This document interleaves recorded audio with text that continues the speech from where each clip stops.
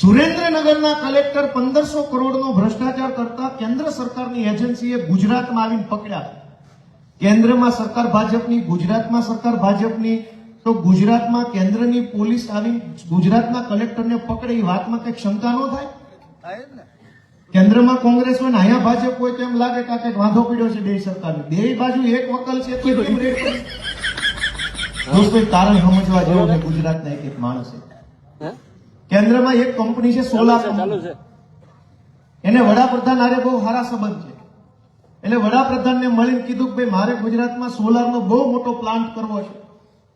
એટલે વડાપ્રધાન ઓફિસેથી ગુજરાતના મુખ્યમંત્રી કાર્યાલયમાં ભલામણ આવી કે આ છોકરો હું મોકલું છું રમેશ નામનો, એને આપણે સોલાર કરવા માટે મન ફાવે એટલી જમીન સરકારી આપવાની છે, સરકારી ઘટે અડખે પડખે વાળા ખેડૂતોની પોલીસ મોકલીને પડાઈ લેવાની છે, અને સુવિધા કરી દો, પ્લાન્ટ ન ખાઈ દો. વડાપ્રધાન ઓફિસની સૂચના મુખ્યમંત્રી કાર્યાલયમાં આવી. મુખ્યમંત્રીએ એ ભાઈને મળ્યા, આગતા સ્વાગતા કરી. ગુજરાતના ટોપ 10 અધિકારીઓ હોય છે, મેન આખી સરકારના ટોપ મેન 10, એની હાજરીમાં મુખ્યમંત્રીને આગતા સ્વાગતા કરી. એના ફોટો વિડીયો પણ છે મુખ્યમંત્રીના ફેસબુક પર કે આવો આવો. બોલાય કીધું સુરેન્દ્રનગરમાં જમીન જોતી છે. વડાપ્રધાનની ભલામણ, ગુજરાતના મુખ્યમંત્રીની ભલામણ, ઈ માણસ સુરેન્દ્રનગરમાં જમીનનું બધું કામ કરવા ગયો તો કલેક્ટર એની પાસે પૈસા માગ્યા કે લીધા કે.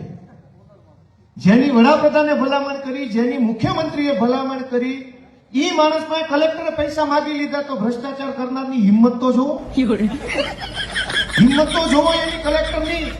માગ્યા કે લીધા કે ઓલાએ વડાપ્રધાનને કીધું તમે મોકલ્યો તોય પૈસા માગ્યા. તો વડાપ્રધાન ઓફિસ વાળાએ ઈડીને ફોન કર્યો કે અમે લીધા, પછી એને શેના માગ્યા, જાઓ પકડો.